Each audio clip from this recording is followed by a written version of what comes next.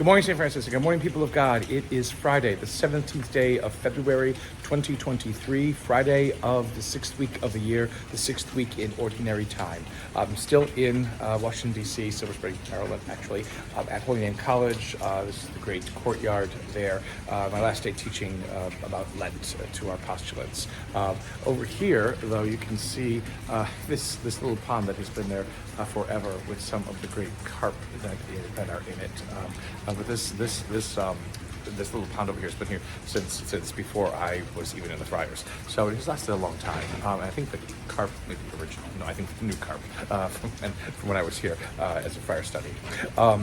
The readings for today on this Friday of the sixth week of the year, the sixth week in Ordinary Time. Again, we continued with Genesis. Now we begin to jump around Genesis. We had consistency for the first couple of chapters of Genesis, and now we move to chapter 11. So after Noah has come out of the ark, and God has said he's not going to send terrible rainstorms to flood the earth and kill everybody again. That's very nice of God to do that. Now we come to the Tower of Babel, which is chapter 11. And the interesting thing, again, about the Tower of Babel is that humanity is building a tower, and God comes down to see what they're doing.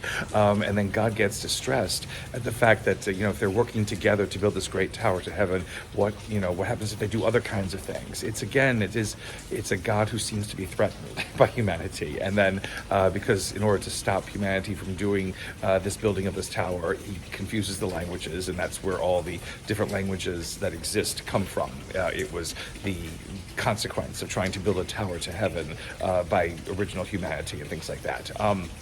Again, God, in God's omnipotence, God should know what we would do, and God should know what it's about, and God should necessarily not have to come down and sort of fix the thing that was wrong. Again, it's ideas like this that lead people to thinking that Jesus has to come to fix the great mistake, again, of eating an apple when you shouldn't have.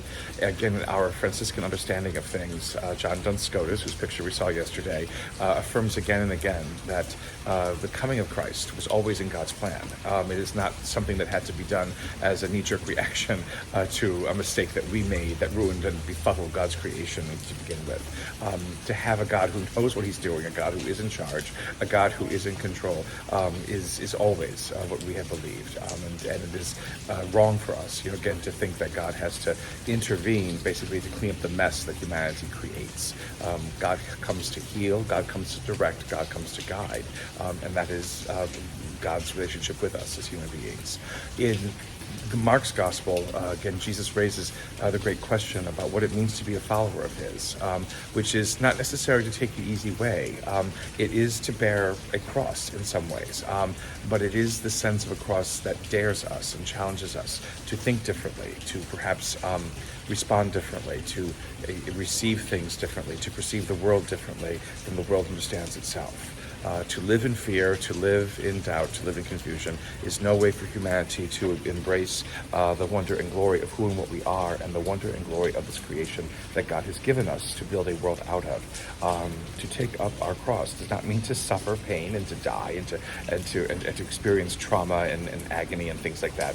It means basically to realize that our positions will be different than everyone else's. Our looking at the world with hope and with optimism and with care and with grace and with wonder will be very different than many people's appreciations of this world, or lack of appreciation for this world.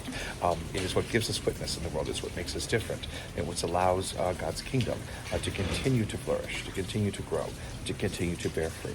And may the Lord give you his peace.